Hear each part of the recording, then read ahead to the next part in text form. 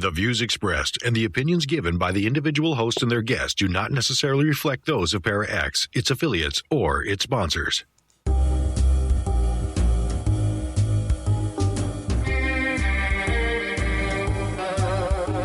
Step outside of your comfort zone.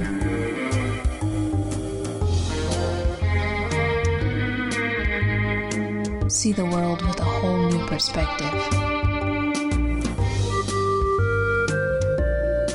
Join us and experience the unexplained on the Paranormal View.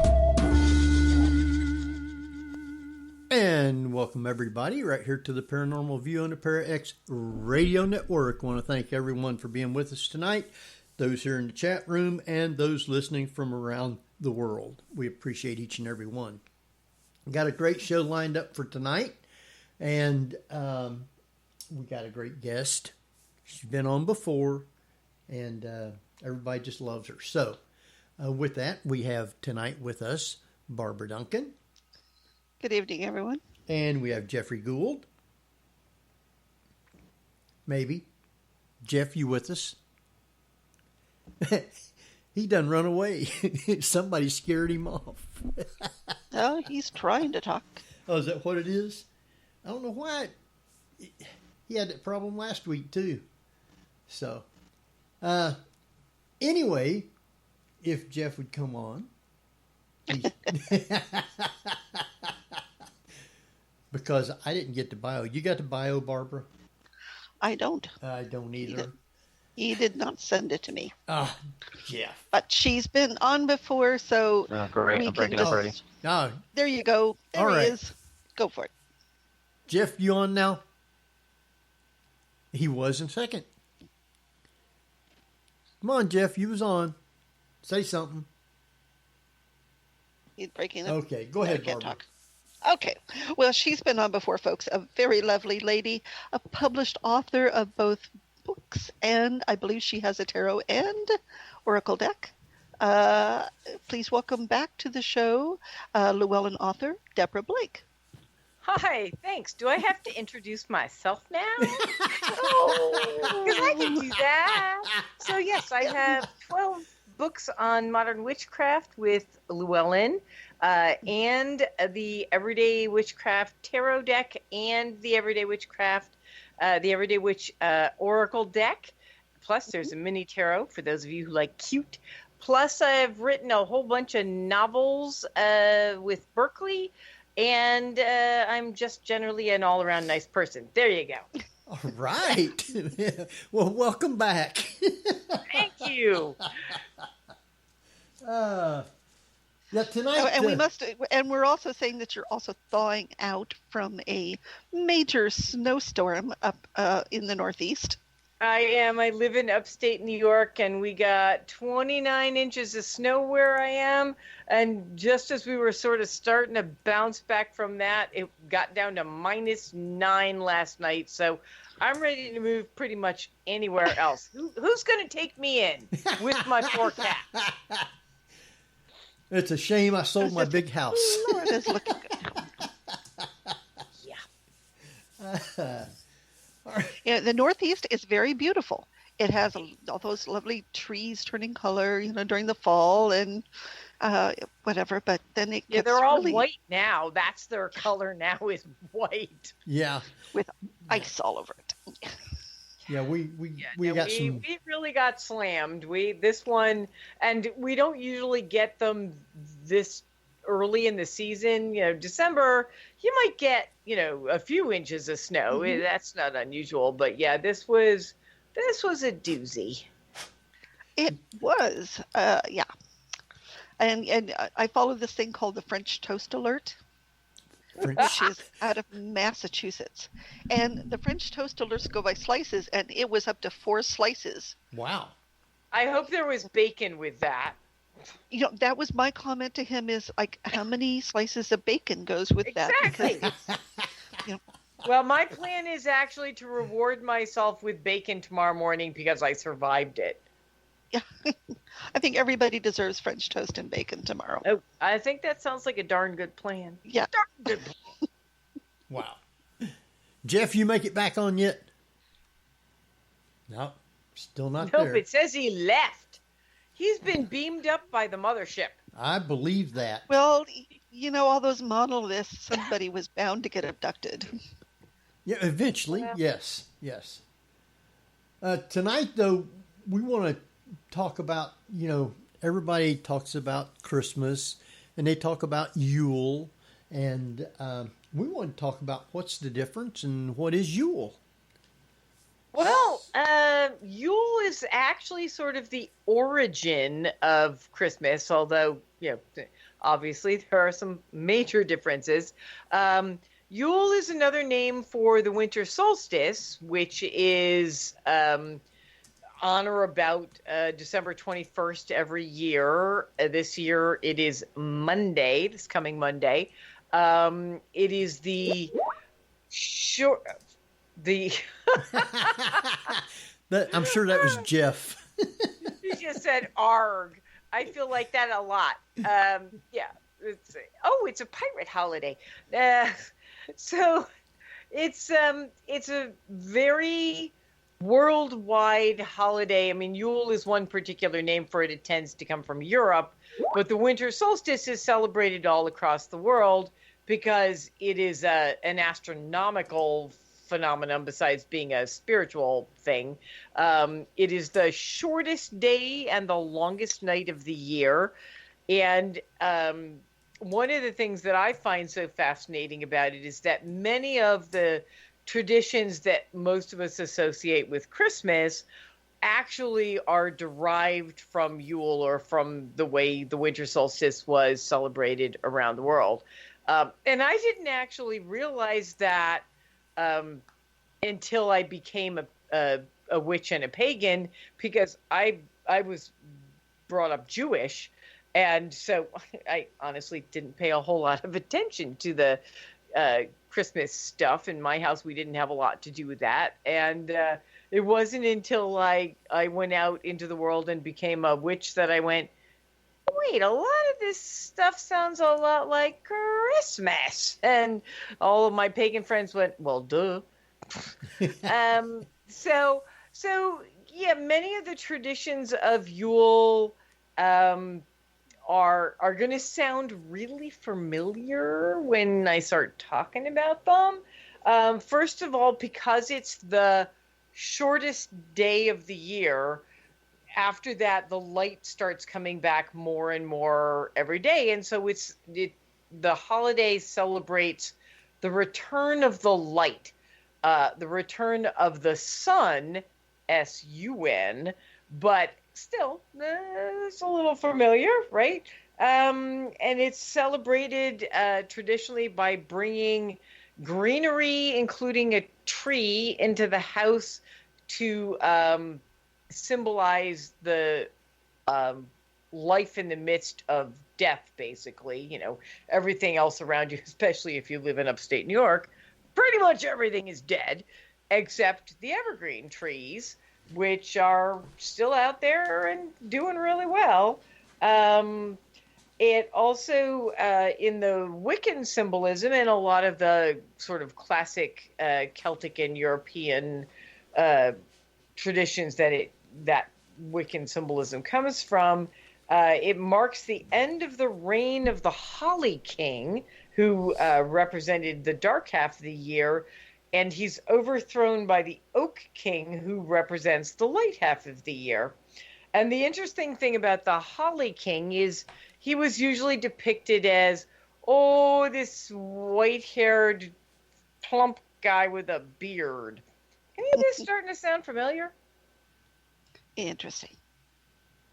Yeah, to me, it's really cool because it sort of demonstrates the way a new religion, which, Christianity doesn't think of itself as a new religion, but when you look in the span of humanity, it is sort of adapted and adopted some of the parts of an older religion into its own. Mm-hmm. You brought about the Christmas tree part of it. Now, what about the Yule log itself? Because I'm fascinated by that. That is something was celebrated a little bit differently in like it was a Swedish custom. It was generally a sort of European custom, and it was done a little bit differently depending on where you were. But what they would do usually is they'd cut a hunk of log, and they would usually decorate it. Sometimes they would. It probably originated in Norway, but at the height of its popularity, it could be found across Europe. A whole log was brought into the house, and of course, that was back in the days when people heated with this gigantic fireplace, so you could fit a whole log into it. And it was burned to bring prosperity and protection to the household throughout the year. It was sometimes decorated beforehand. It might be something like my group, Blue Moon Circle. We one year created a Yule log, which one of our members was very handy. And so what she did is she drilled holes into a hunk of wood, a nice little piece of log. And we put candles for each person who was in the group. And throughout the year before Yule, it would spend a month at everybody's house, and they would decorate it and they would add something to it. And then when we all got together for our traditional Yule dinner party, which, needless to say, we're not having this year, we lit those candles to celebrate the fact that even when we weren't together, we were all part of one big thing. And traditionally, they would burn most of the Yule log and save a little bit until the next year, and then light the old Yule log and start the new Yule log off of it to sort of symbolize the continuity of one year to another. And there is a fun kind of Yule log. One of our group members made a cake that's called a Yule log one year, which is chocolate rolled around cream. And I got to tell you, that to me is the best kind of Yule log. That was definitely, yeah. Well, okay, if it's Norwegian, then that would explain how Scotland got a hold of it. Mm-hmm. Well, the thing about Europe is it's really small. We don't think about it because it's all these different countries, but Norway and Britain and Scotland and all of these places were not very far from each other. And so the Nordic traditions and the Germanic traditions and the Celtic traditions had a lot of crossover because they really were, you could pick them all up and put them in New Jersey. Well, all right, not quite, but it's, and I don't know why you'd want to do that, but nonetheless, it's all of these people traveled back and forth and exchanged traditions. I'm going to get letters. But so there was a certain crossover from one country to another country. Yeah, they said definitely. They said that the Yule log was a Christmas-tide tradition.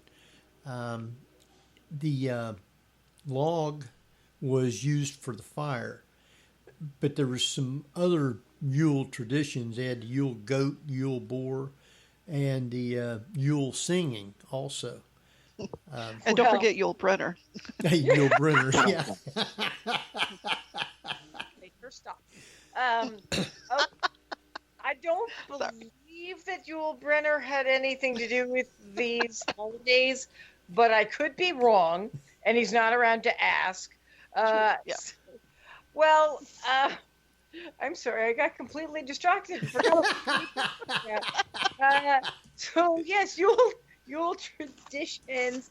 Well, if you listen to carols, Christmas carols, they talk about the Yuletide Mary, because a lot of the traditions that came over to the New World, where we live, came from Europe, and they celebrated Yule there. The funny thing about Yule as a holiday in Europe, and actually initially in America in the New World, was it was actually a party holiday. It was raucous, and it was banned for a while because they thought it was like too rowdy, which I just think makes it sound all the more fun. But they talk about people going a wassail. There's that Christmas carol. We will go a wassailing, a la la la la la. Yeah. So the wassail was a drink. Well, it still is a drink. We've made it, which had usually a fair amount of alcohol in it. And what would happen is this is where the tradition of caroling came from. People would go from one house to another house, and at each house they would sing a song, and the reward for singing the song would be they would be given a drink. And then they would go to the next house and they would sing a song and they'd be given a drink. And you can imagine that by the time they hit the end of town, the wassailing was pretty wild. And so, so that is where that comes from. I'll bet nobody will ever listen to that wassailing carol the same exact way again. Yeah, that's what it was about. And the Yule goat and the Yule boar today, we consider it as a ham right. for Christmas. Yeah. So we still incorporated those traditions, I guess, over into our Christmas season, you might say. Oh, absolutely. And people do actually still make some version of wassail. The one we tend to use is actually pretty simple. We take cider, we add red wine, usually some spices like cinnamon and allspice and those kind of, sort of hot mulled cider spices. Some people take a slice of orange and stick some cloves in it, and then you heat it up. Now, in the old days, they would heat it up with a hot poker. I hate to be a party pooper. We usually used a crock pot. And it was a lot easier than the whole hot poker thing. Oh, yeah. Some people would, in fact, instead of red wine, use whiskey, which would explain the drunken singing. And probably, in Europe, they used whatever was the alcohol that they happened to have, most common in their area.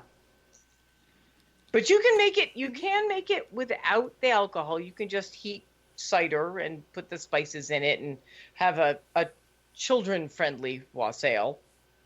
That's the way to do it. Okay. Jeff, are you on yet? I'm hoping I'm on. I'm actually trying the new phone. How does it sound? Oh. Yeah, you're Okay. sounding okay. Yay. Okay, cool. I'll have to listen to the playbacks to see how it says, because I know when I used the other phone during a show once when I was house sitting down in San Pedro, the audio was awful on the playback, so hopefully it sounds better. Oh, no, this is good.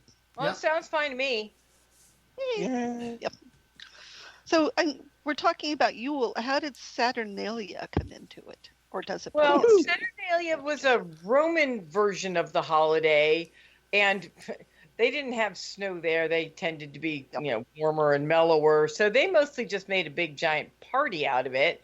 And their version celebrated, as one might expect from the name, Saturn, the Roman god. And again, it was pretty much a big old party.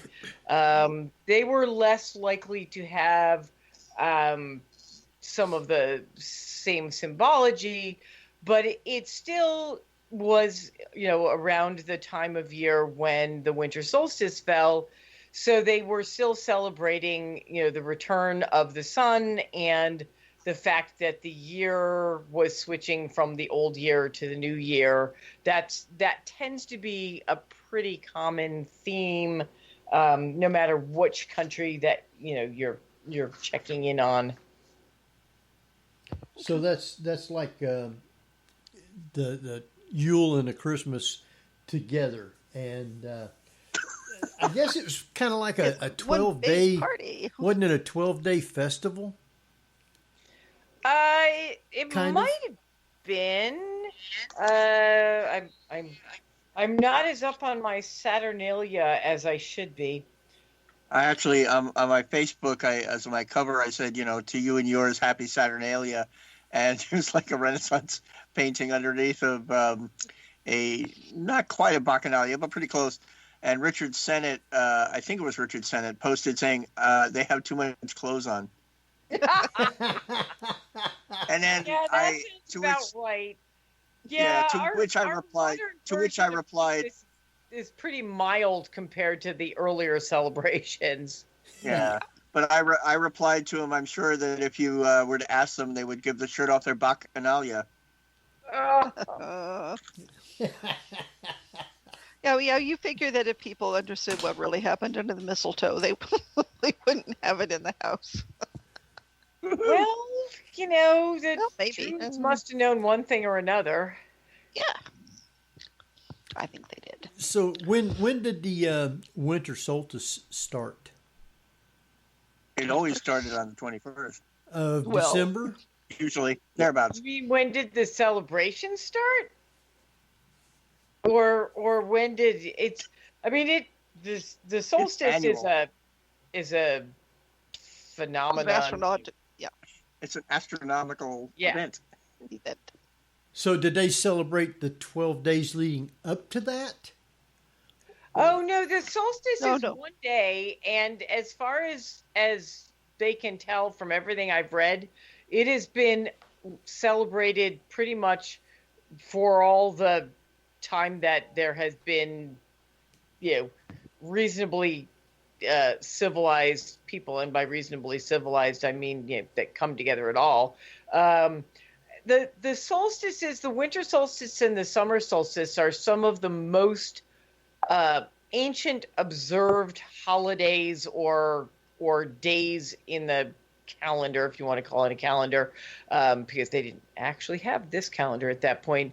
But because they were something that apparently could be identified by even the most ancient peoples, there are indications that the winter solstice and the summer solstice have been celebrated pretty much as long as there's been any kind of civilization. And probably pre-civilization. Yeah, I mean anything that the Egyptians knew about it. Everybody knew about it. In fact, civilizations that you would not think could understand, could read the stars, could know what was going on, apparently knew. Pretty much any agrarian society would have to know, because that was pretty much the points. The solstice and the equinox points were harvest and planting and agriculture related. So, absolutely. In fact, one of the things that was traditional for the winter solstice or Yule was, in Europe at least, they would usually cull the herds.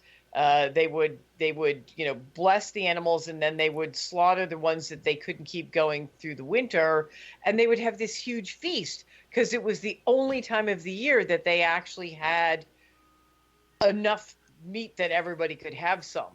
And then they would preserve what they could preserve of it, and it would slowly dwindle down until they got to the end of the winter when everybody was eating twigs and leaves.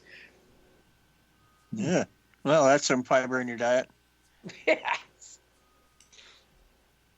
So that's pretty much why Christmas is at this time of the year.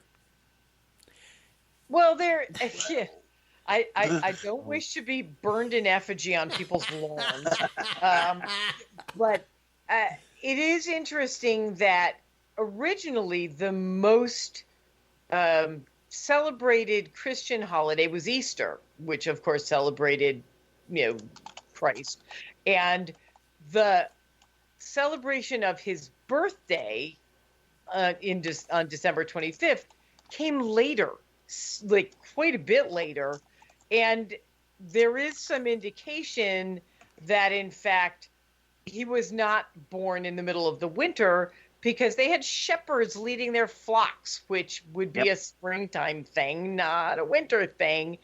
And the speculation is that the church, as a sort of political entity, said, well, we want to take all these pagans and get them on board.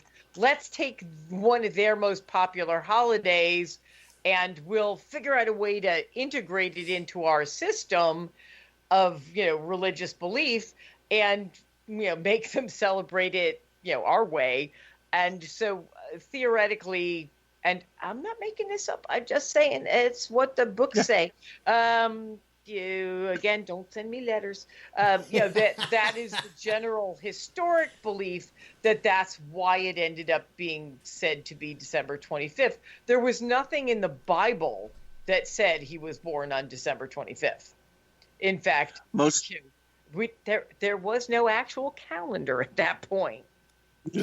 True. Well, apparently most biblical scholars indicate that Jesus as a teacher was probably born, like you say, in the spring or early summer.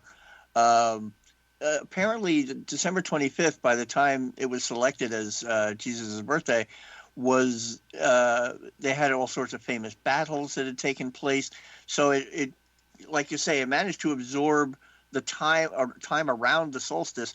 But they chose the 25th because it had other meaningful events. So it kind of conglomerated a whole lot of stuff into one date, which is sort of like when people have their birthday on the 25th, so they only get half their gifts.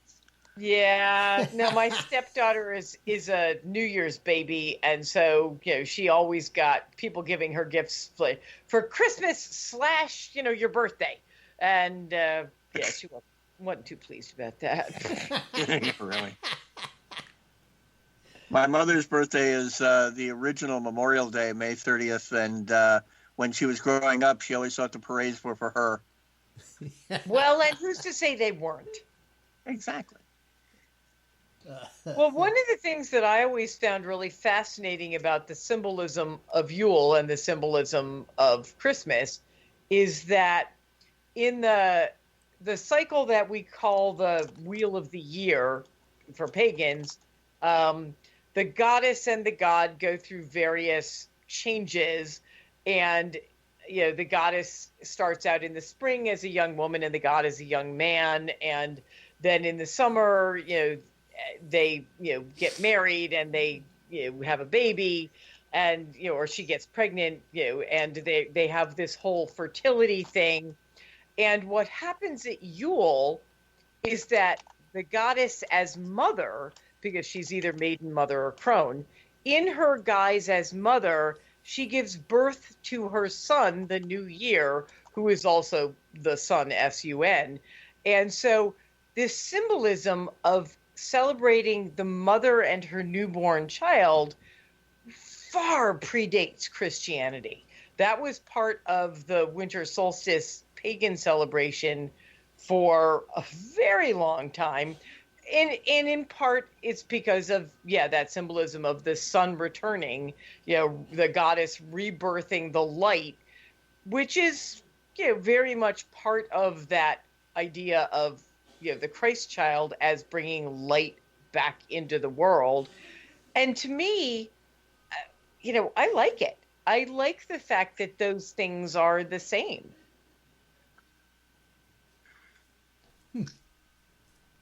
It would make sense that even in the days when it wasn't politically correct to be pagan, you could privately, should I say occultly, celebrate within the confines of the religion simply by intent.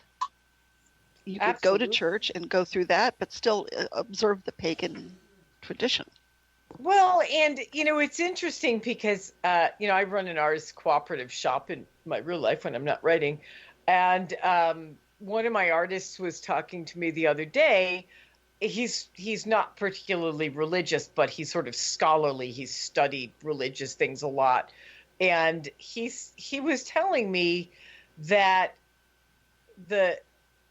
in many sort of, the Catholic part of Christianity, that the Mary, who is not a goddess, she's just a mom, but that most people prayed to Mary. They didn't pray to God. They didn't pray to Jesus. They prayed to Mary as mother to help them. And, I thought, well, gee, that sounds familiar, because I pray to the goddess all the time. But yeah, he said, people do the rosary. They do it to Mary. They're not asking, the stern father for help. They're asking this mother figure. And, I think at Christmas, you see all these beautiful, beautiful pictures of her, as mother with her newborn child. And I think that symbolism can be found in every culture going back a very long time. Plus, the Mary statues are often in the open-handed goddess position. They are. Well, there's goddesses and there's goddesses, and they're all good. Well, I also noticed that back in the day when the churches were trying to absorb local pagans, was to build their massive structures where the pagans would meet for their Sabbaths and rituals. And they're like, there's a big building where we used to meet. And they're like, oh, come on in, and such like that. But a lot of done purposely. They basically found the sacred spaces where people had been gathering for eons and built a church on top of them, so that the only way you could go to your sacred space was to go to their church. Exactly. One of the things that sort of interests me is that if you look at a lot of the very old churches, many of them actually have green men, that symbol of the green man, carved onto the church, because that was the way to get the pagans inside. That was exactly where I was going to go with that, was pointing out that since the local paganry were often conscripted into building the stuff of the church, they put in all of their symbology into the workings and the architecture. We're sneaky people. Sneaky. Yeah. Have you seen the T-shirt that has the hooded monk with the beads and pulling a red wagon with a Yule tree with a star on top, and an Easter bunny and a colored egg, saying, "Wow, for a religion that doesn't like us, you sure stole a lot of our stuff." Oh no, I need that T-shirt. Send me that T-shirt. I need that T-shirt. I'll send you the graphic for sure. That's my God, that's great. Well, and that is true. Yule is not the only holiday. The winter solstice is not the only holiday that Christianity co-opted.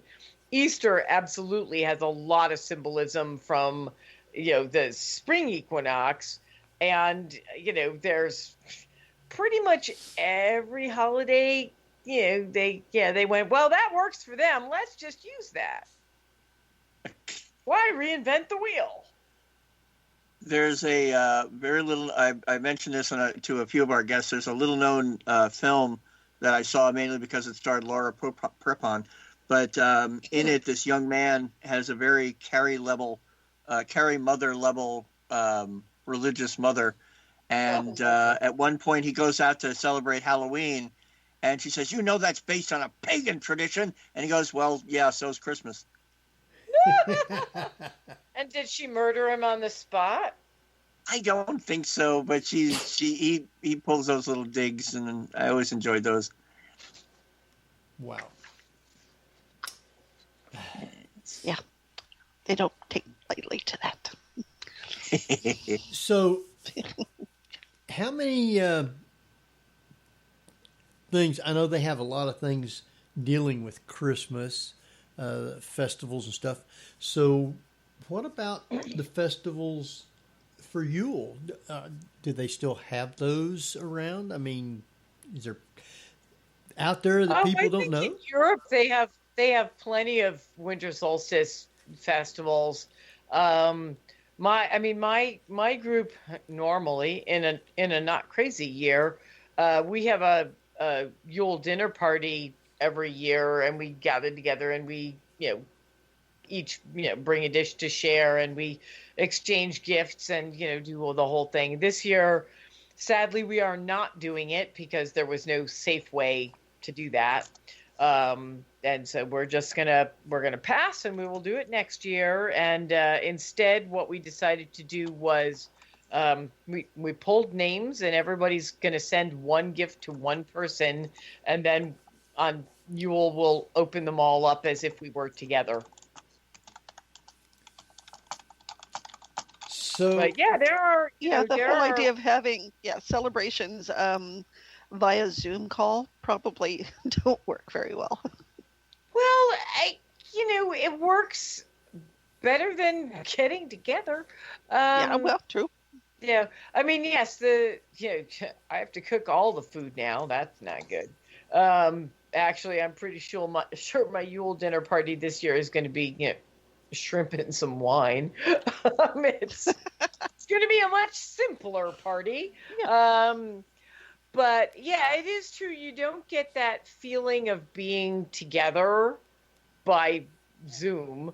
Although, my family did a Zoom Thanksgiving call, and we managed to hit 4 states and 2 countries, and we still got to feel like we were, together in some way or another. So it's not terrible. So when you have these get-togethers without getting together, I assume then that's more wine for you to drink. I admit nothing. And there might also be more cake for me, but I will not admit that either. In fact, I got a housemate this year. She came for a couple of weeks to hide out from the pandemic, and she's still here. That was Mark. But she's my cat sitter and the cat's lover, so it's okay. But she actually happens to also be a pagan, which works out pretty well. So she doesn't mind that we're doing Yule dinner party together, the 2 of us, instead of doing Christmas. But yeah, her one big request was that I make my famous rum cake. So that's going to be our big thing, is whatever we have for dinner plus some wine plus a rum cake. Wow. Yum. So, well, actually, there's a good, and I have to find it again. An Israeli friend of mine told me about it, gave me the recipe, and I lost it, for matzah cake, and it's dipped in brandy. Ooh. All right. Well, if you find it, send it to me. I will send it to you. Yes. Because I would eat that. It was awesome. Wow. Oh, it was awesome. A brandy, huh? Yeah, matzah. It was soaked in brandy, and it had chocolate and cream cheese in it. Just so good. Okay, I'm on board. I will find it. I will send you a copy. Okay, promise, because that might be my only Yule present this year. Oh, ouch. So okay.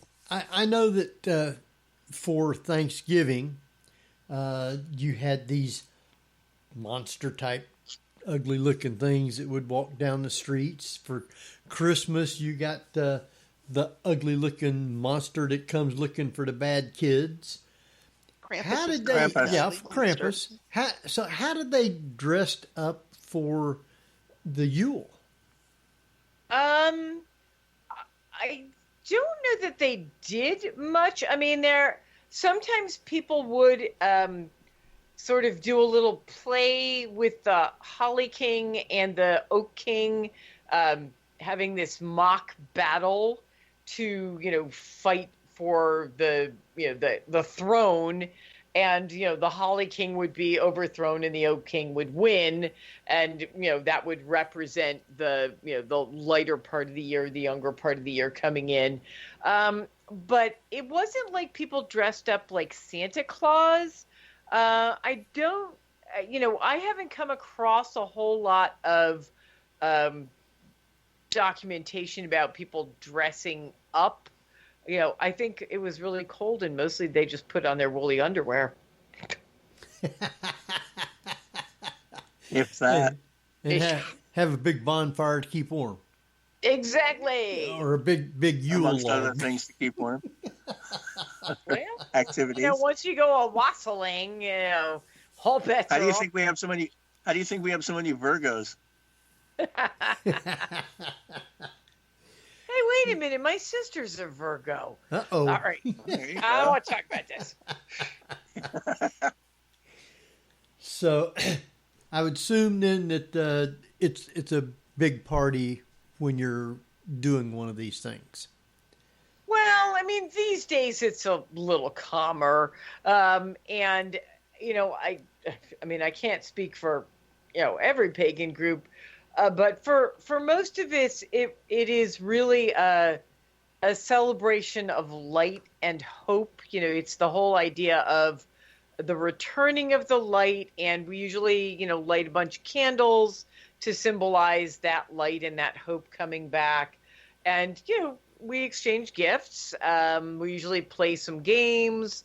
Of course, if you've got kids, some of the people in my group have kids, and the kids get a whole lot of gifts and get spoiled rotten, sort of like any other holiday celebration.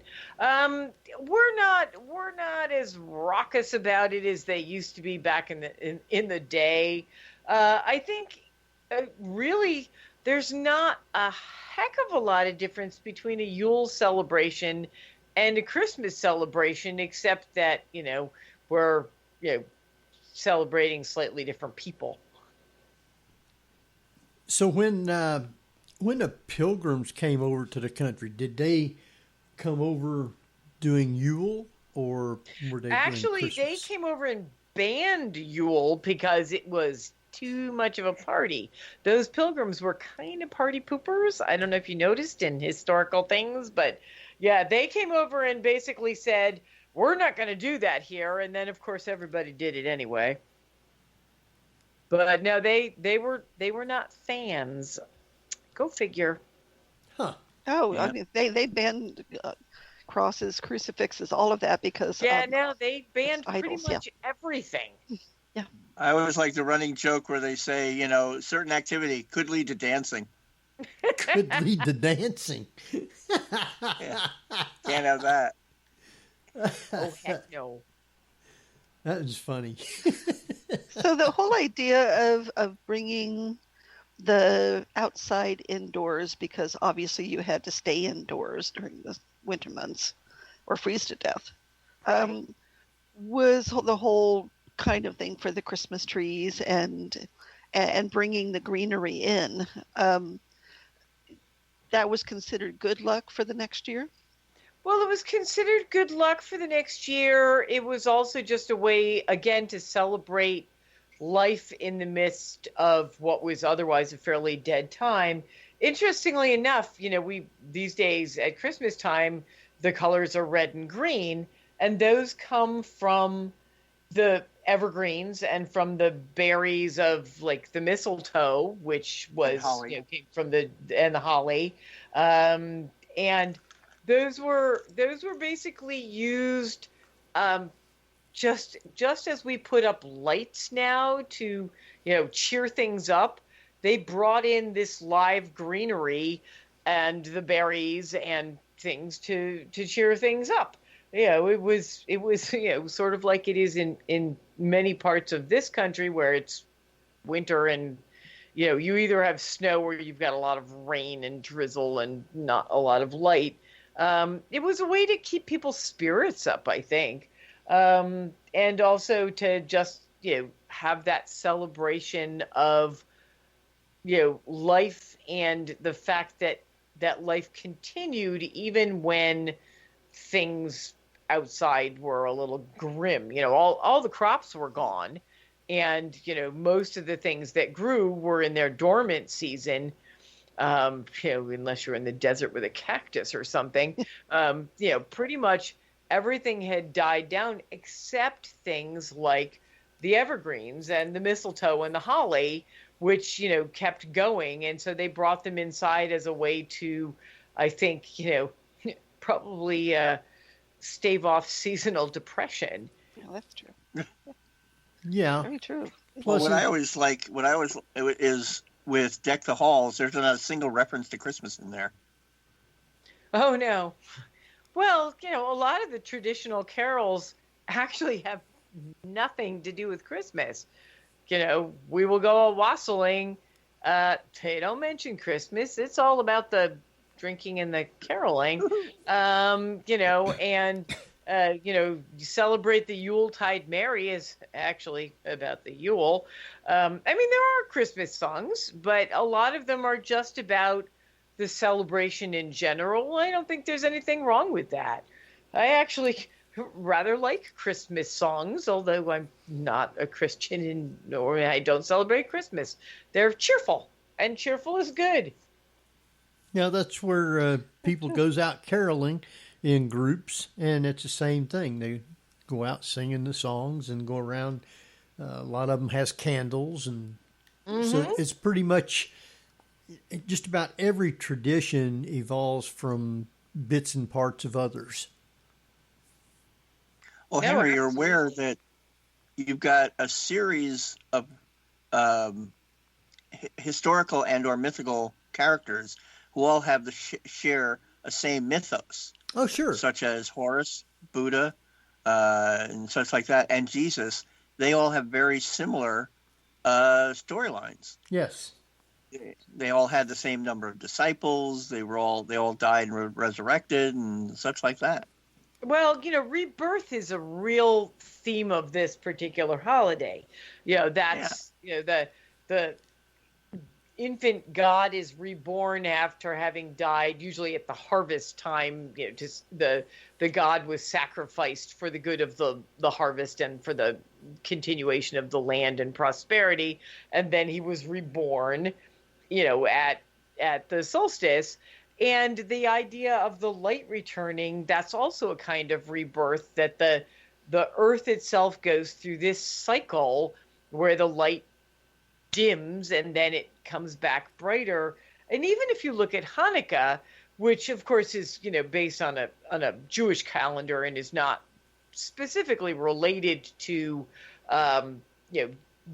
one particular date, but it's called the Festival of Lights, and it was full of miracles. And to me, it's all sort of part of this same theme of the light returning, of the miracle that no matter how dark it gets, the light comes back. And that idea that we together help to rekindle the light in each other. And for me, that's what makes the holiday so special, is that, it isn't one person celebrating, it's a lot of people celebrating.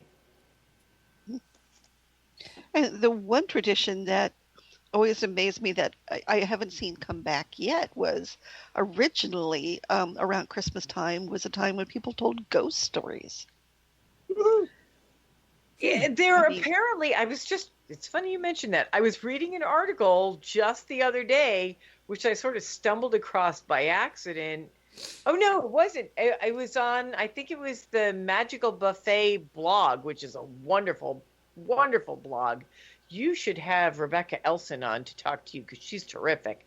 She has this blog called The Magical Buffet, and she's very into Krampus. And so she was talking a lot about him. And apparently, ghost stories started out being more of a phenomenon of the solstice, the winter solstice, and they decided it was too depressing at that time of year when everything was dark. So they sort of shifted them to Samhain, to Halloween, and, went with that whole idea, in Samhain, it's all about the veil being thin between the worlds and you can speak to your ancestors. So, yeah, apparently there was a lot of creepy stuff that happened at the solstice time. And that's the first I've ever heard of that. I had no idea. I felt like I was really missing out. Oh, well, good. Well, yeah, A Christmas Carol was the perfect ghost story. Oh, that's true. Yeah. But it was Christmas, and it was those three ghosts that always showed up, and it made sense that it was a holiday tradition in that you wanted people to reflect their behavior for the past year and maybe change it. Yep. Right? Mm-hmm. So, Can we bring that back this year? could we? Yeah. I'm not saying any people in particular. I'm just saying in general. Uh-oh. I'm glad I'm not That on we that could list. invoke those 3 ghosts? Yeah. Yeah, let's do that. That'd be a good idea. Take and send me her information, and I'll see if we can get her on. I will. She's terrific. She has a lot of knowledge about all sorts of, not just pagan things, but paranormal, esoteric. Yeah, she would be a perfect match for you guys. You'll adore her. Well, that sounds good. That's another one I'll put on the list for next year.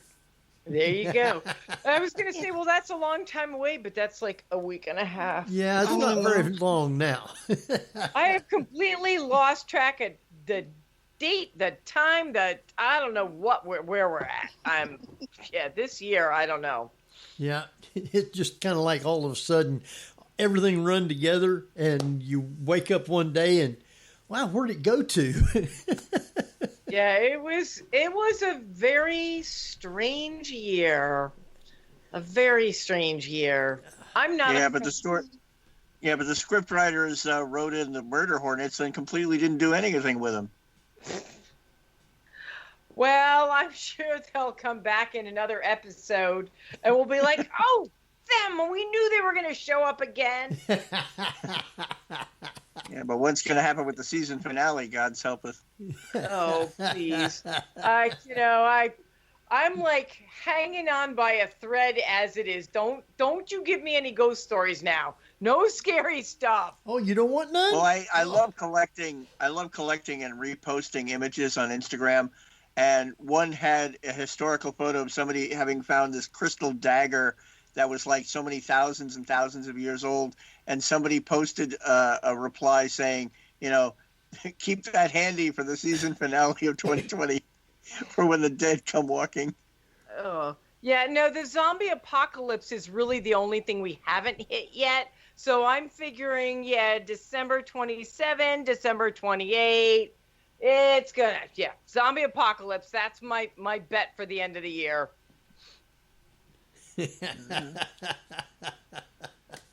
Although I don't know, I feel pretty zombie-like myself, so maybe it's already happened. A lot of people have. Yeah, but you'll never be hungry enough to eat fruitcake. No, actually, I'm allergic to fruitcake. I can't eat it. Nobody can. I don't think it's designed for actual human consumption. Yeah, no, those preserved fruits that are like they have sulfites and crap in them, they actually will like kill me. So I have a medical excuse not to eat fruitcake. Well, those are good because if you get one, you just save it till next year and send it to somebody else. Yeah, regift it. Mm-hmm. Yeah. I hear they make great doorstops. I was just going to say, you keep stealing my jokes. I'm sorry, I said all your best lines. Here, I'm just going to be quiet for the next hour, and you can talk. I think that probably works best anyway. It's past my bedtime. But wait, what tradition are you? Or were you trained in, or both? Sort of a vague... my high priestess, who I learned from, had been taught is sort of a more specific tradition of Wicca. By the time it got down to the group that I was in, that I was learning from her, she did sort of a generic Wiccan. It wasn't any particular kind of tradition. And I, at this point, am pretty eclectic. I'm more likely to call myself, a witch or a pagan than a Wiccan. I mean, I do have definite Wiccan leanings, but I use a little bit of this, a little bit of that, and I don't follow any real particular tradition. A lot of them were designed for groups that had, a high priest and a high priestess, and my groups, got me. So, so we just sort of wing it.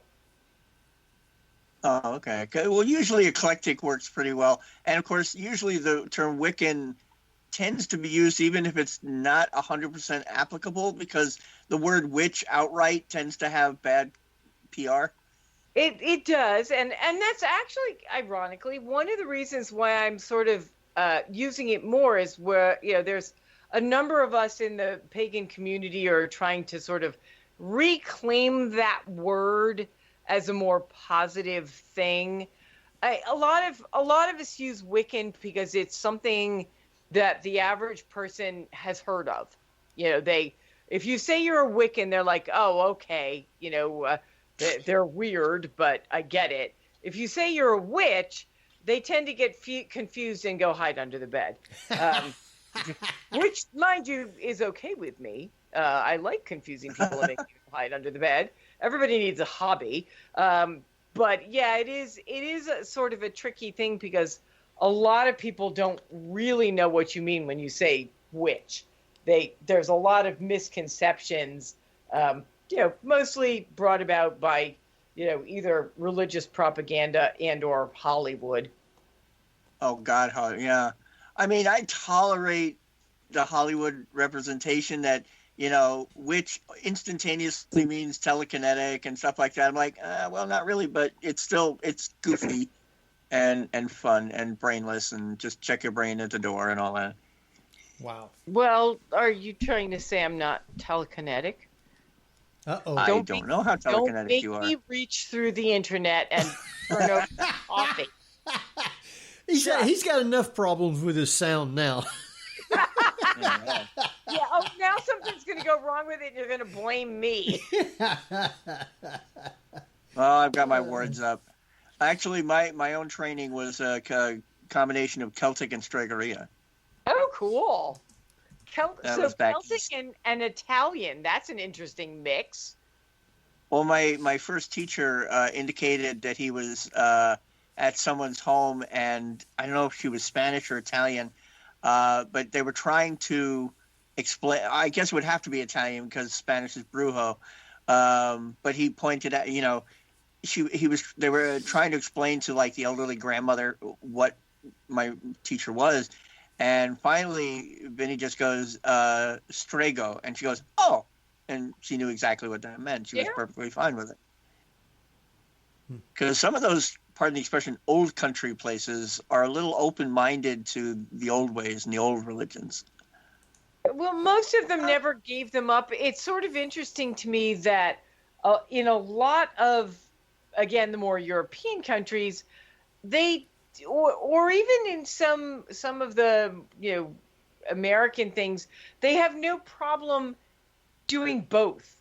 Like in Ireland, they've got the goddess Brigid and the Saint Brigid, and they celebrate them both equally, and they don't see any issue with that. I think if you would ask them, they'd say, well, yes, and. And certainly there are some, depending on what your background is, there are probably some traditions that are much more what we would consider to be pagan, but for people, they're just part of their family history and part of the family traditions, and they can still be Christian or whatever else it is they practice at the same time. Yeah. Wow. All right, I think what we're going to do is take us a quick break and be about 5-6 minutes, something like that. So, good bathroom break. Give you time to do that. Just remember, your microphone is going to be live, so don't say anything or else just mute it till we come back on, and you'll hear me talking when we come back on. All righty. So, with that, Jeff, you want to take us out? Yep, you're listening to the Paranormal View on para-x.com with your hosts Henry Foister, Ceiling Cat Barbara Duncan, and myself, Jeffrey Gould, with tonight's excellent guest, Deborah Blake. Blessed be. So stay tuned for more of the Paranormal View after the break. Whether you're listening at home, at work, or anywhere, thanks for making Para-X part of your day. Your source for everything paranormal, Para-X. And welcome back, everybody, right here to the Paranormal View on the ParaX Radio Network. I want to thank everyone for being here tonight. Those in the chat room and those listening from around the world, we appreciate each and every one of you. Tonight we got with us Barbara Duncan. Maybe. Barbara. Nope, I'm here. And we got Jeffrey Gould. Hello, hello. Deborah did indeed fall off. Oh, good. Okay, I think I'm back. Am I back? Yeah, you're back now. Yay. That's normally Skype kicking me out. I guess it kicked you out by missed me. Ah. And we got our great guest, Deborah Blake, with us. And want to thank you for being on with us tonight. And speaking of guests from around the world, Barbara, where do we have guests at? Whoa, tonight they're coming in from all over the United States, the United Kingdom, Canada, and Brazil. Brazil? I don't Cool. remember having Brazil. Have we had them before? I think so. It's been a while, though. But welcome for Yeah, it has been tuning a while, in. Yeah. Hello, Brazil. Yes, sir. Thanks. I want to talk a little bit now. You've got I don't know, it's about 12 books on witches. Do you do anything as a witch to prepare for the new year? And this new year is a whole lot different than probably years in the past with COVID going on. Yeah, well, what I mostly did was cancel all my plans. That's, which is pretty much what a lot of other people are doing. I was supposed to have a Yule dinner party with my friends, and we canceled that. I was supposed to go to a couple of conventions, canceled those. Actually, they all got canceled on me, but I wouldn't have gone anyway. The things I'm still doing are I have a Yule altar. I have an altar in my living room which I change for the seasons, and I put my my winter solstice goddess doll up there, which was made by an artist years ago. And I have a couple little sheep next to her on one side and a wolf on the other side to sort of represent the two sides of the season, and some candles, of course. So I put that up as usual.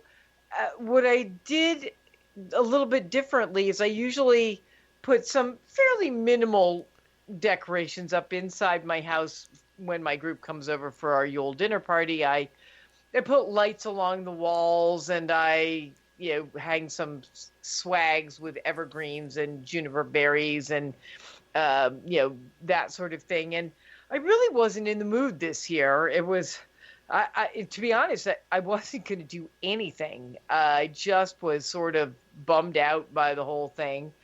And then I was talking to one of the women in my group, and she said, "Oh, well, what I decided to do was put a whole lot of decorations outside my house to cheer up not just myself, but anybody who drove past." So that was what I ended up doing. Literally for the first time in my entire life, I put lights outside, and I live in a fairly rural area, so I've got pine trees in my front yard. Not any that are in a good position to be decorated as a Yule tree, but sort of long, tall things and shrubberies, forsythia, that kind of thing. And so I got a whole bunch of lights, some of them white, some of them colored, and wound them around the tree trunks and threw them over the bushes. Bought this actually pretty cool white metal tree with white lights on it that I put sort of in the middle, and it when it's lit up, it looks a little bit like a fairyland. And so that was what I did this year to sort of brighten things up a little bit. Other than that, to prepare for the coming next year, Mostly I'm just sort of praying that it's better. I think we all are. Yeah. Yeah. Yeah.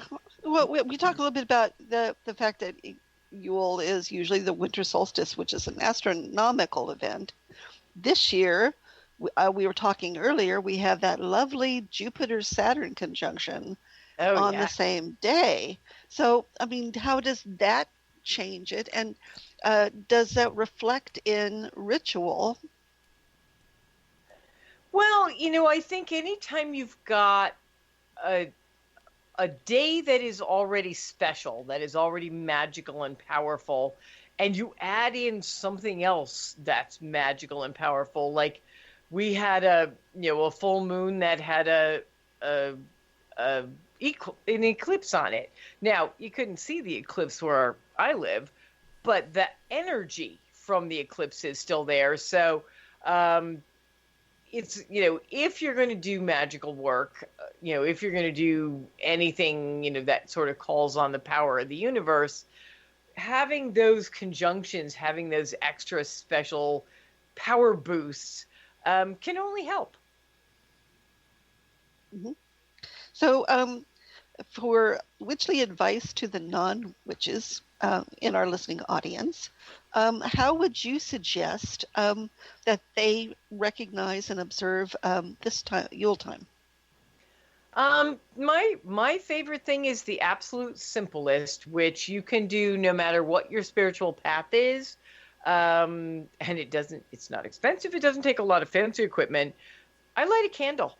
That's, to me, that is the most basic, simplest thing to do. And it is something that's done in pretty much every tradition and every culture.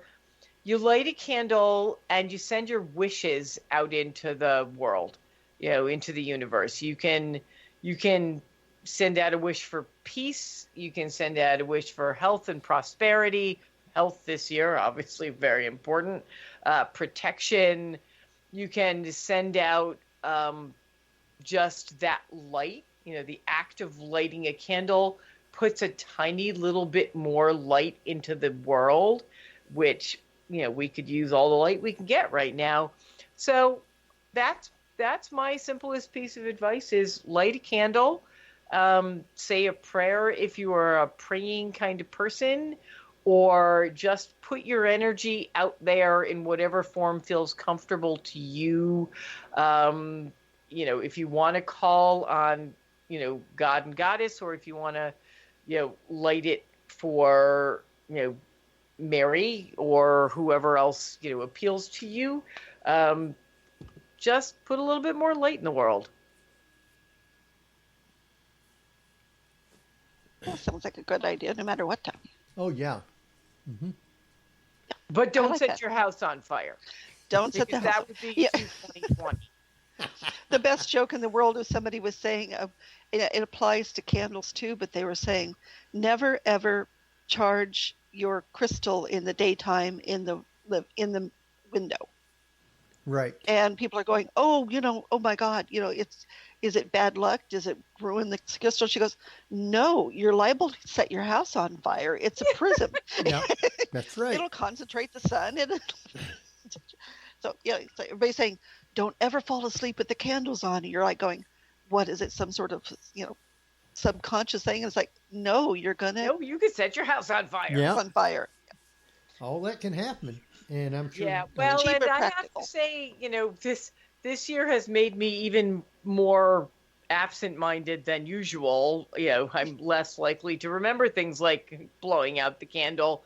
So, we laugh about this, but this year, unless I'm doing something fairly short, which I'm planning to, start by lighting the candle and end by lighting it, blowing it out, I've actually started using a lot of battery-powered candles. They have some really nice ones out there now. They'll run for days, and the worst thing that'll happen if you forget to turn it off is the battery runs out. So yeah, if you're having a hard time remembering things, use a battery-powered candle. It's A-okay. There's some lovely lights out there now that you turn them on and they look like flame. They really have upped the technology. It's in fact the ones that I've been using, the outside of the candle actually has a waxy consistency. I don't know how they do it, and they actually have a light. The part of what the battery does is it makes this tiny little thing like a flame move back and forth as if it were flickering. They're cool. They're really pretty neat. And so that's if I want to do something where I'm going to leave a candle burning overnight, I will use a battery powered one instead of a real one because, well, for one thing, I have 4 deranged cats, and I do not trust them not to jump up on the altar and go, "Ooh, look, fun, flames." So you only have 4 cats, or just 4 of the ones you have is deranged? No, I only have 4, and they're all deranged. Yeah, no, it's I have. What happened was I had a number of cats who were older, and I lost them all in the last few years, and so the new bunch is all younger. I have 3 that are 3 years old and 1 that's about 19 months old. So it's a lot of very young cat energy. Yeah, it's literally 4 cats 3 years old and under, and that's a lot of bouncing. Oh, sure it is. Yeah.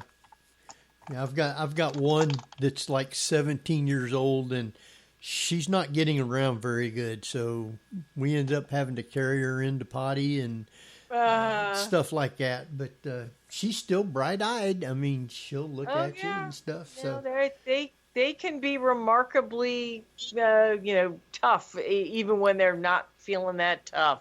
Yeah. Yeah, I lost one at the end of September who was the last of my old bunch, and he was 15. And he, thankfully he did really well right up until the last, couple of weeks when he went downhill really fast. But, and I had already gotten the newer bunch, one of whom was a foster fail, the youngest one.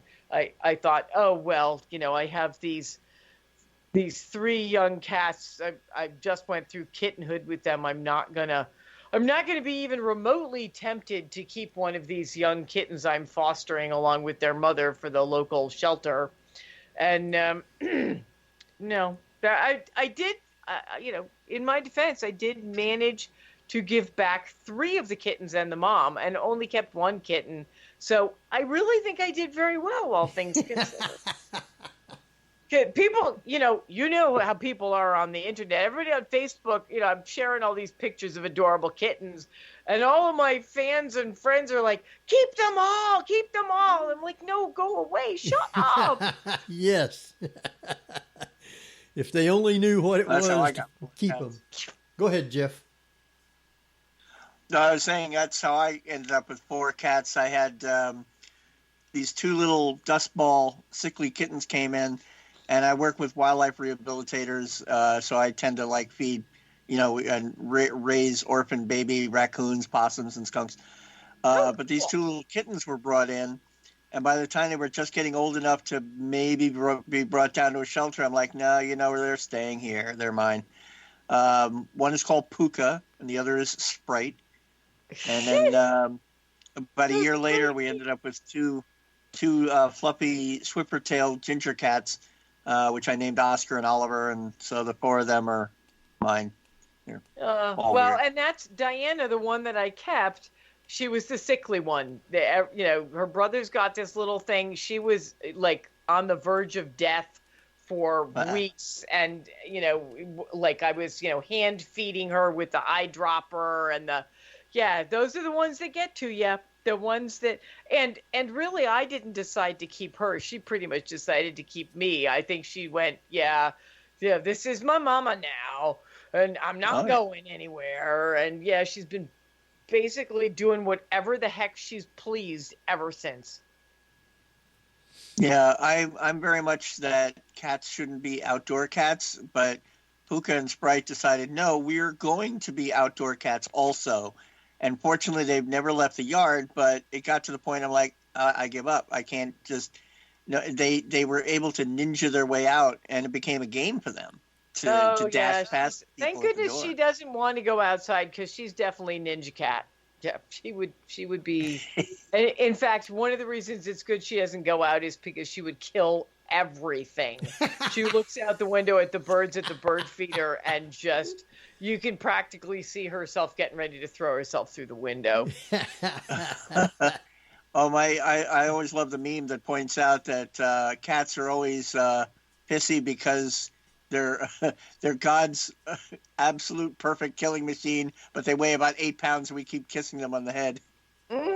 Pretty much. And by the way, I love ginger cats. My cat Angus, the one that I lost at the end of September, he was one of those sort of buff yellow cats, that really pretty color. Yeah, no, those ginger cats, they're really something. Yeah, I have one sleek black panther cat, that sort of, that's Harry Dresden. And then I've got a brother and sister who I adopted at the same time, but from a different shelter, like 3 weeks later. That I've got Koshka, who is this, he's obviously part Maine Coon cat. He's really poofy, mostly black, has some of that gray brownish on the bottom. And he looks like he's the biggest one of them. He actually weighs about 2 pounds less than his sister, who is this really, really pretty gray with orange sort of splotches. They call it what do they call that? It's a diffuse tortie, or a diffuse whatever the tortie and but anyway, yeah. So her name's Ember because of the gray with a little bit of orange. And then yes, there's little Diana, who's a tiger cat, more tiger than cat, I think, who was actually named after Diana, who was Wonder Woman, because she was such a fighter. This cat, refused to die, but also, of course, named after the goddess Diana, because pagan and all that. My first cat I named Bast. My second cat, and we also had Isis and Marigan and Freya. So, in fact, I see a theme here. Exactly.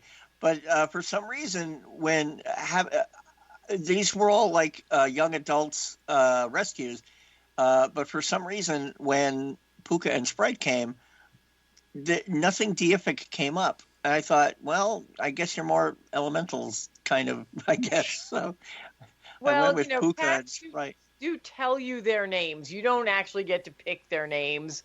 The ones I lost, I had Minerva, who is the mama cat, and my cats Magic and Mystic, who are her children. And of course, Magic's quite famous for having co-written many of my pagan books. And Magic was black and Mystic was gray, and I tried things like onyx and agate, and no, that didn't suit them at all. And it turned out that no, Magic was Magic and Mystic was Mystic.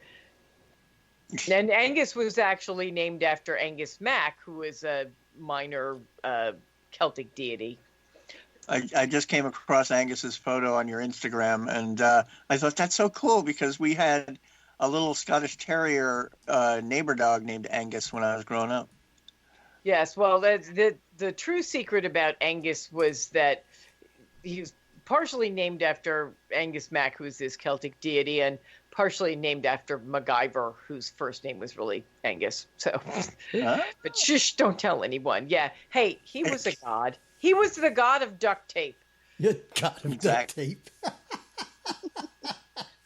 He was the god of Scotch tape and pencils, duct tape, and paper sugar clips. bounds.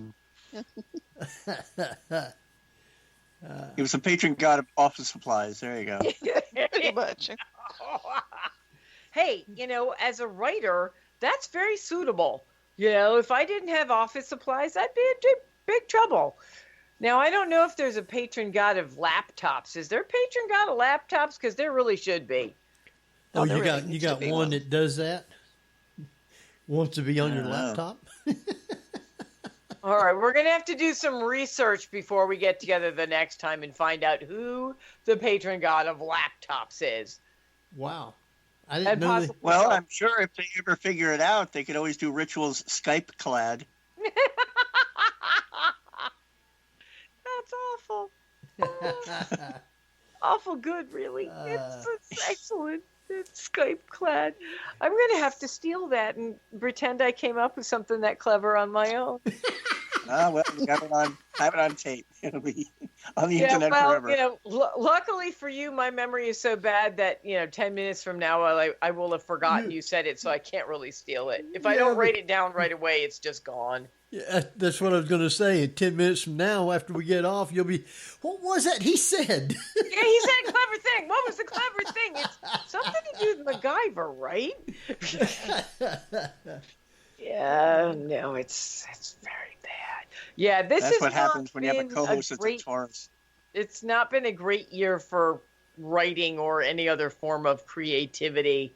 I mean, I have book contracts and I have things I've been working on, but it has been a real struggle to be creative and productive. And I know it's not just me. I have a lot of, author friends, both nonfiction and fiction, who've said the same thing. It's just, it must have been challenging for you guys to do a show in this year. I have not been anywhere this year.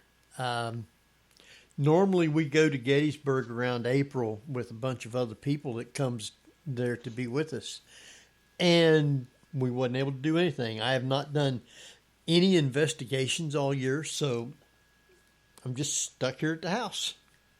Yeah, you can investigate your, bedroom or the bathroom. No, thank you. Yeah, well, and I run an artist cooperative shop, and we were closed down for about 3 months. And, even when we reopened, it's not anything approaching a normal year. So, yeah, it has been very strange, and I've definitely struggled to be, creative and to be present for the people I need to be present for. I have a Patreon and I have a lot of people who follow me there, which is wonderful. And it's helping me to eat, and feed my cats. But, it's hard to come up with anything more brilliant to say than, oh, look, here's another cute cat picture. Luckily, most of them are pretty happy with cute cat pictures. But, as somebody who is a public presence, even a small public presence, it's been tricky to keep a positive face on things and try and be out there in a good way for people and not, weeping and cursing, a lot of cursing. So do you do like readings or tarot or anything like that? Oh, I do. Yeah, that's one of the reasons they asked me to come up with my own tarot deck. Is I actually have been a professional tarot reader for years, a while, 25, 30 years. I did actually come out with a tarot deck through Llewellyn a few years ago, and that's kind of fun. But I haven't done a lot of readings this year either. Honestly, I'm sort of afraid to see what it says. Well, that's what I was going to ask you was, what do you see is going to actually be happening for 2021? Is any of these vaccines actually going to work? I haven't asked. What I've mostly been doing, rather than doing big detailed readings, which is normally what I would do, I've been doing like a 1-card pull. I have an oracle deck too, which is a much simpler kind of thing. And so as I have been with, my own life, rather than trying to look months or years ahead, I'm literally looking at today's card or next week's card, because I don't really feel like I've got access to anything that much further ahead. I mean, I'm turning up some fairly positive things, which is good. Um, but I'm not really feeling like I have the capacity to look at the big picture that far ahead. And it really honestly could just be that I'm terrified to see what it says. Back to the murder hornets. Yes, exactly. Murder hornets. I'm afraid to see murder hornets. Gee, I didn't even notice the illustrator put those in the card deck. Where did those Really? come from? Yeah, it's been a tricky year for psychic stuff. I also do energy healing work, and I've had to cut way back down on that because I don't have any energy. I don't have a lot to give. So yeah, I've sort of pulled inward, if that makes any sense. I have left my house to go to work, but other than that, psychologically, I haven't gone anywhere, and I feel like my world has gotten much smaller. And that's, I guess, how I've been coping, is by not trying to push those boundaries very far, because I guess I partially don't trust my own ability to come up with an accurate reading. I don't read for myself, because when I read for myself, if I'm feeling positive about things, all the cards are beautiful and wonderful, and if I'm feeling negative about things, everything is horrible. So I read perfectly well for everybody else, but I'm not great at reading for myself. And this year, I guess it all feels kind of personal. So maybe that's why I'm having a hard time with it. So yeah, I'm doing really simple one card pulls. Like my patrons, I do like Tarot Thursday, and I'll put up a tarot card or a oracle card, and I just say, okay, this is what we need to know today, and that's pretty much been the extent of it. I was wondering whether this type of year people would be a little bit more curious as to what was going to happen, and it would cause an increase for psychics and tarot readers, just due to the uncertainty of it all. You would think that would be true, and maybe it is. I haven't seen that. What I've seen is more people looking for magical solutions. Like I also have an Etsy, which I mostly ignore, but I do sell signed copies of my books, and I make jewelry, and I put that up there. And I also have magical kits, cool carved boxes with all the things you'd need to do, say, prosperity magic or protection magic or love magic. And as soon as the pandemic hit, I saw this huge upturn in people wanting to get the magical kits. And I don't know if it was just because they were home and had time and energy to devote to learning something they hadn't really explored before, or if they felt like this was the time they really wanted to move in that direction. I've never actually asked. But yeah, it was, I did see a shift, but it was, and I did see, a lot of people buying the tarot decks and things, signed, they like to get the signed ones, which is wonderful. But, some of that may have been that if they were stuck at home, they finally had time to do their self-exploration. Yeah, and this time of year too, it's kind of that way. I mean, there's all sorts of folklore and tales of this is the time of year when you throw apple cores into the fire or into the water, to find out what your future is going to be, regardless of that. So, it's interesting that people are seemingly going back to that. And I think a lot of times people just want to kind of have some control. Oh, absolutely. I also think there's a comfort in traditions. When the world seems very uncertain and unpredictable, and wobbling off center. I think maybe, many people get drawn back to their roots, back to the traditions that kept, generations before them going. And so there may be some of that, or else, they had an interest and never, found the time and energy in their daily lives to explore it. And all of a sudden they had all this free time because they weren't going anywhere. I think that's true because there's too many people that's having to stay home. And of course, there's people that's still having to go to work, but there's a lot of them that's not able to right now, which makes it even really bad. Yeah, I also think that, for people who maybe it's been on the edge of their thoughts, like, oh, someday I'd like to explore, Wicca or paganism or whatever. When they have this need to find more grounding or more ways of looking at the world, suddenly maybe this seemed like the time to explore that. Also, we're cool. Just saying. You're cool? Yeah. Come to the other side. We have wassail. Exactly.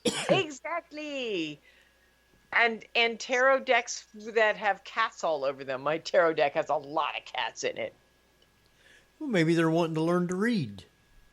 Probably. Yeah. Well. But yeah, I do think that when things get scary and difficult, a lot of times people start looking for a spiritual solace, something that will help them make sense of things or give them a way to get through it.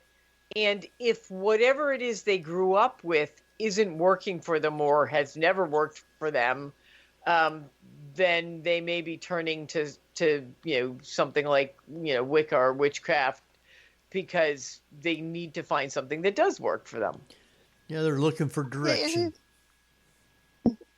It seems to me that in the past people were leaning toward faith and trying to get divine intervention, but now it's kind of almost an organic technology where magic is not quite faith, but it's more based on personal action that is under people's control. Well, it is interesting. One of the ways that I view witchcraft is that it is, for one thing, it is a spiritual path that believes in personal responsibility. So, you do control your own actions. You're responsible for your own actions, but that also means that you have the ability to create positive change in your own life through your own actions. And, you're not necessarily just looking for help from deity.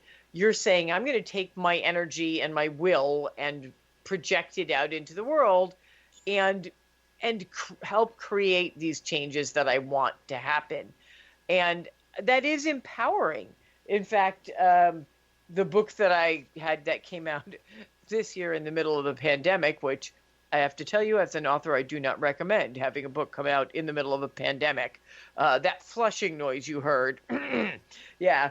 But I put out a book, actually my first non-Llewellyn witchcraft book, from St. Martin's Essentials, called Modern Witchcraft, Goddess Empowerment for the Kick-Ass Woman. And it's all about connecting with the goddess and using that connection to empower your own life. And, I do think that witchcraft, whether it's, you're specifically looking at it as a kick-ass woman going for the goddess, or if it's just in general, it is empowering. There is very much about witchcraft that says, you don't have to give over your power to some male grumpy figure. You can use your own energy and your own intent and focus and create change. And I think, in this time in particular, that's pretty important. Oh, very much so.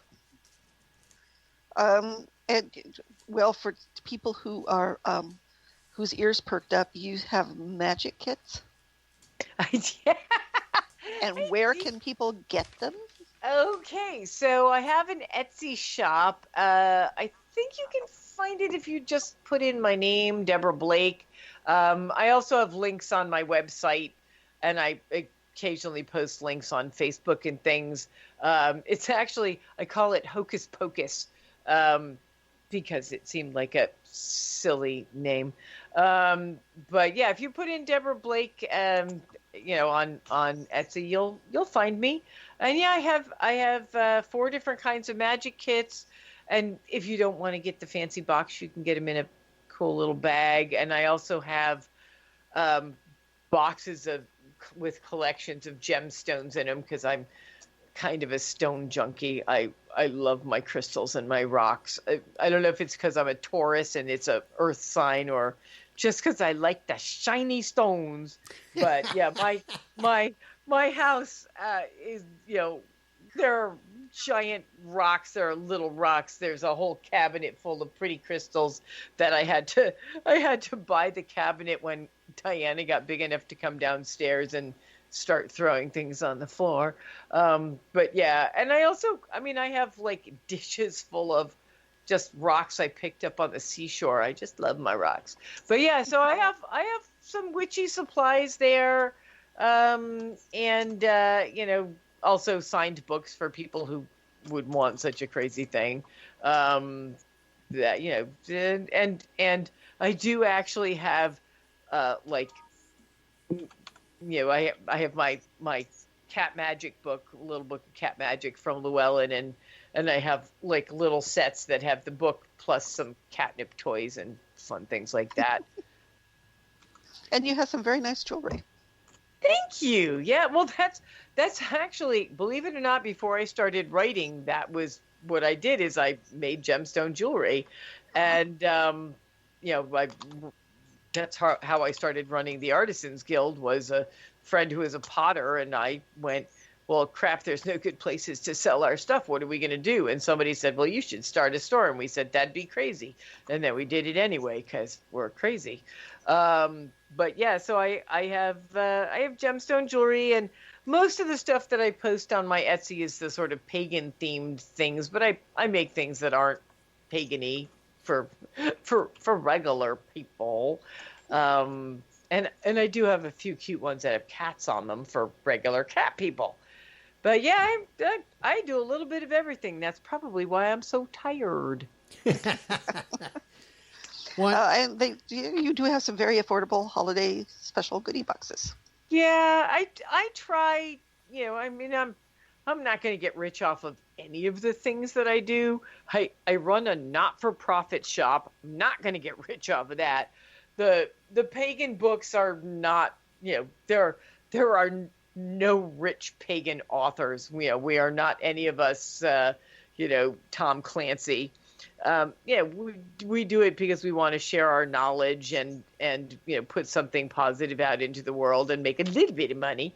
But yeah, I like to put things out there that'll make people happy, and yeah, it again helps buy the cat food and the cat litter, but they're also sort of fun to create, and everything that's there, I purposely put my energy into it. When I make a piece of jewelry, it's blessed and consecrated because I put my energy into it, and the magic boxes have my energy in them, and so all of those things have that extra little boost, hopefully.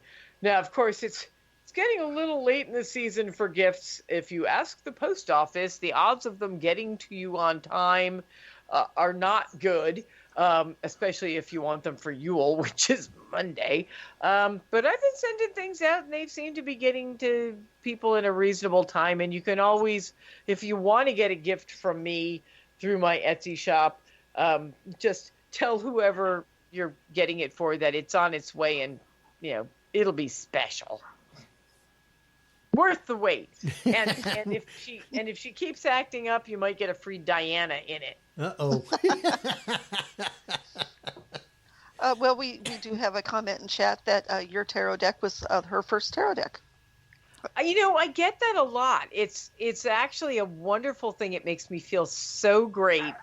People are really loving the tarot deck. Now, part of it is because I have a brilliant illustrator. Her name is Elizabeth Alba, and she also has an Etsy shop. She is amazing, and we made a great team, enough so that Llewellyn then said, "Hey, would you do an oracle deck too?" But we really set out with this idea that we wanted to make it accessible for people. That's sort of the theme of my books. That's why many of them have Everyday Witch in the title, because I want my work to be easy to read and accessible, and something that you don't have to study for weeks to understand chapter 1. And one of the women in my coven had been saying for years that she really wanted to learn tarot, but she kept looking at sort of the basic Rider-Waite deck, which is what I used to read for many years, and she just couldn't get it. She couldn't get into it. It's got a lot of sort of old esoteric imagery that doesn't resonate with people these days. And so I tried to come up with something that would be easy to use and yet still have that sort of classic feel. And I've had a lot of people tell me that they had been trying to connect with tarot for years, and my deck was the one that finally worked for them. And that's the best feeling ever. Do I hear barking? Yeah, that's probably Jeff. Yeah. Okay, because I'm like, okay, I'm having that stroke now. But yeah, the Jack a lot of people was great to work on. It was probably the most fun project I have ever done in all of my career. Was that the Everyday Witch Tarot? We just had a blast working on it. Go ahead, Barbara. Well, I was just going to say you bring up a very good point about the older decks, especially the Rider-Waite, which everybody started off on. But it is rather old symbology, and it's great to be able to bring some more of the 19th and 20th century into tarot. Well, and I also wanted it to be something where even the cards that people consider to be quote unquote negative, the scary cards like the devil or the tower, I always put a positive spin. There's a book that comes with the deck. They actually made this really great box that closes, and it's got the cards and the book, and it's very neat. I love it. And the book is full color, which is really unusual. But I always tried to put a spin onto it where I would say, okay, the devil card is scary, but you have to remember that, it's a reminder that maybe, the devil is, you giving into your own, things that don't work for you, and you want to look at a different way to do it, or that the death card is the end of something, but it opens a door for the beginning of something else.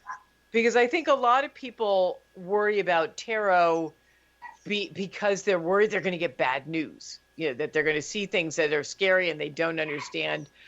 and sometimes you do get bad news, but often the bad news is just a way of either warning you to brace yourself, which is never a bad thing, or saying, yep, things are going to get bad, but look, there's good stuff on the other side.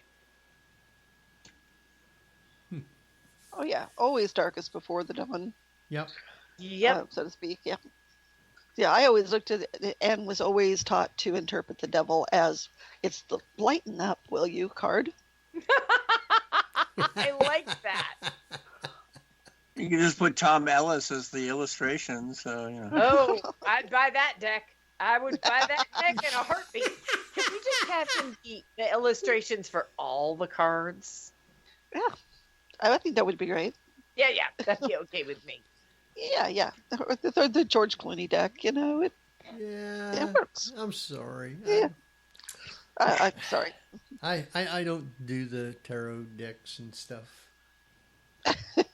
Well, that's okay. Not everybody does, and not everybody has to. I mean, that's the great thing about all of this is you can take the parts that work for you and use them, and the parts that don't work for you, you don't use them. And there's no bad there.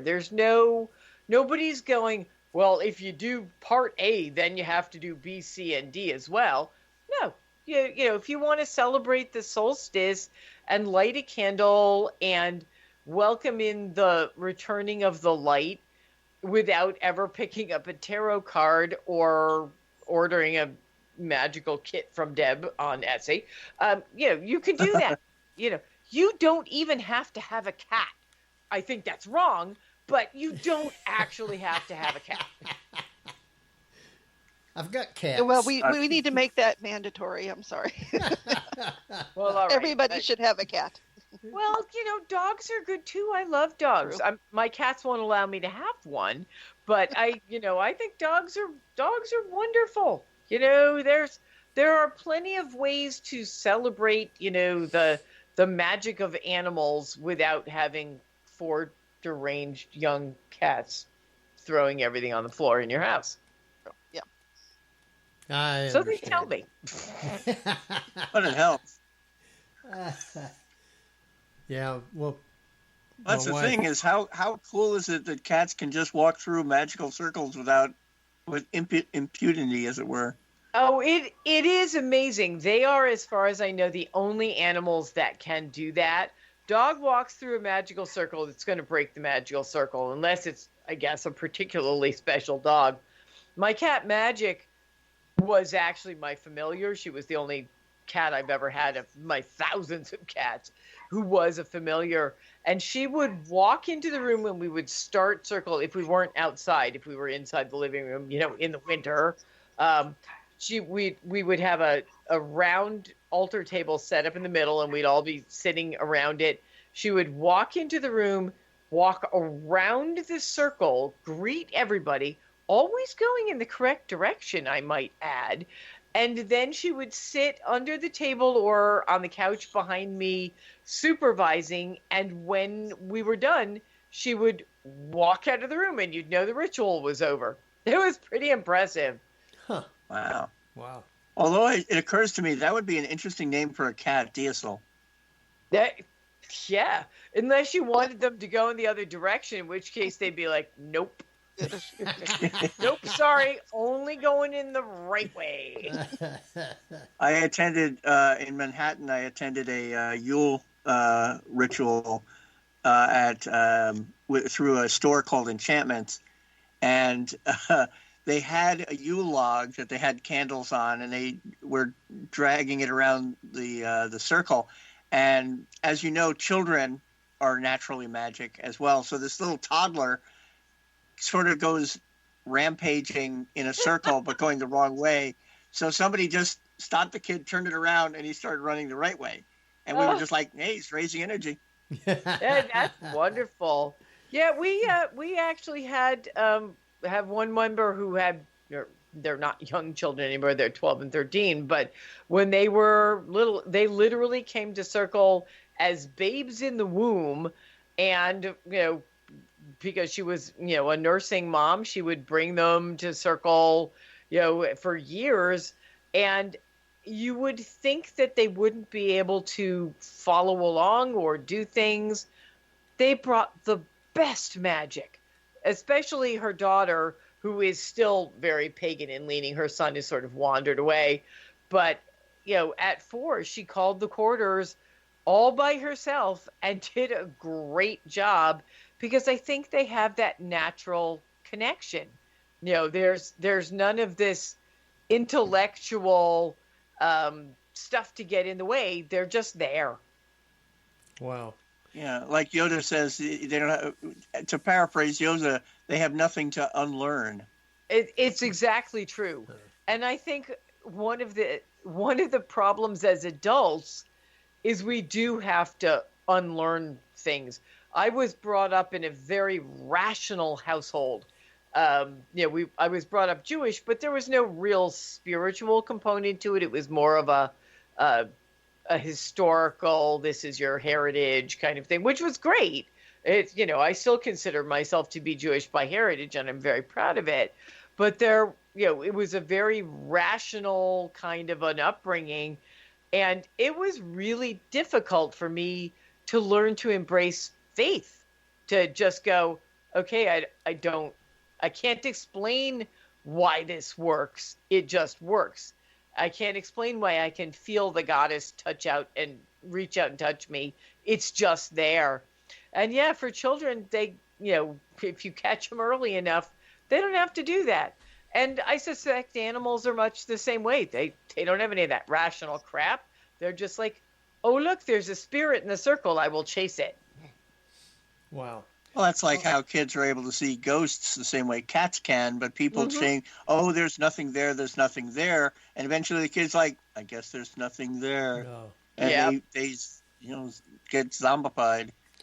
All right, our time has dwindled right on down to where it's almost time for us to start saying good night.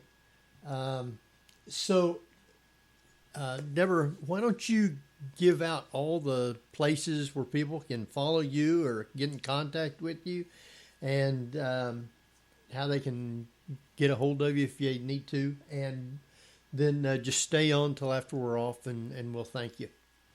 Okay. The easiest way to find me, I have a website, very imaginatively titled DeborahBlakeAuthor.com. So should be easy to remember, and that's Deborah, Deborah, the nice long biblical way.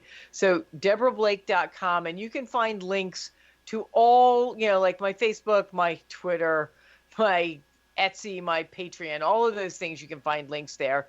I am on Facebook as DeborahBlake.com. Deborah Blake on Facebook. Also, I have an author page, Deborah Blake Author, on Facebook. On Twitter, I am, wait for it, Deborah Blake. I am so boring. And so if you go to the website, you can find links to all of the magical and unmagical places to find me, and do. If you listen to the show, absolutely come to Facebook or Twitter or Instagram and say hi and say you found me here. All right. Well, since our time's almost up, we're going to be jumping off. So I want to thank everybody for taking the time to be with us tonight. And till then, this is Henry Foister, Jeffrey Gould, and Barbara Duncan. And we will see you next week at the same time. So good night, everybody. Happy Yule. Happy Yule. You've been listening to the Paranormal View on the ParaX Radio Network. Join us again next week at the same time for more of the Paranormal